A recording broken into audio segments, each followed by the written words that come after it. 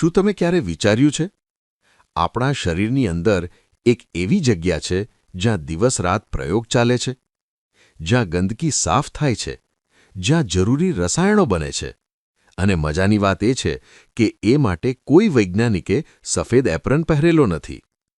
તો પછી પ્રશ્ન થાય, એ લેબોરેટરી ક્યાં છે?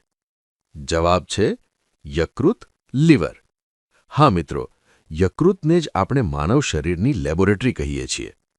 ચાલો હવે હું જ તમને સમજાવું શા માટે. જ્યારે આપણે કંઈ ખાઈએ છીએ ત્યારે ખોરાક સીધો શરીરને ઉપયોગી નથી બનતો. ખાંડ, ચરબી, પ્રોટીન આ બધું યકૃત પાસે પહોંચે છે.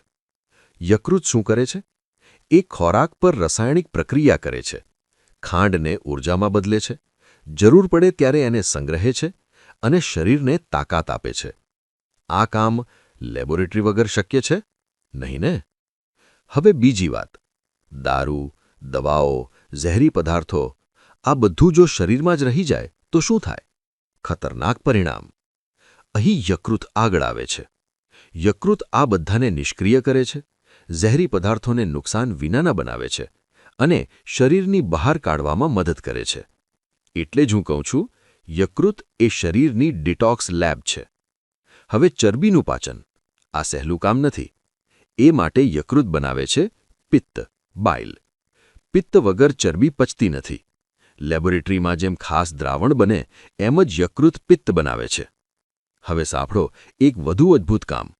યકૃત રક્તને શુદ્ધ કરે છે, જરૂર પડે ત્યારે રક્ત સંગ્રહે છે અને રક્ત જામી જતા પ્રોટીન પણ બનાવે છે. એટલે કહી શકાય, યકૃત એક સંપૂર્ણ બ્લડ ટેસ્ટ લેબ પણ છે. અને છેલ્લી વાત, વિટામિન એ, ડી, ઈ, કે અને લોખંડ જેવા ખનિજો આ બધું યકૃતમાં જ સંગ્રહાય છે. જેમ લેબોરેટરી મહત્વના કેમિકલ સાચવીને રાખે છે, તેવું જ એમાં યકૃત આપણા શરીર માટે કરે છે. બનાવવું, બદલવું, સાફ કરવું, સંગ્રહ કરવું આ બધું કામ એકસાથે ક્યાં થાય? લેબોરેટરીમાં. એટલે મિત્રો, યકૃત માત્ર એક અંગ નથી, એ તો આપણા શરીરની સૌથી વ્યસ્ત અને મહત્વપૂર્ણ લેબોરેટરી છે. આભાર. જો તમે વિજ્ઞાનની આવી મજાની વાતોમાં રસ ધરાવતા હોવ તો યુટ્યુબના સર્ચ બારમાં ભટ્ટ અલ્પેશ લખી સર્ચ કરો અને લૂંટો વિજ્ઞાનની વાતોનો ખજાનો.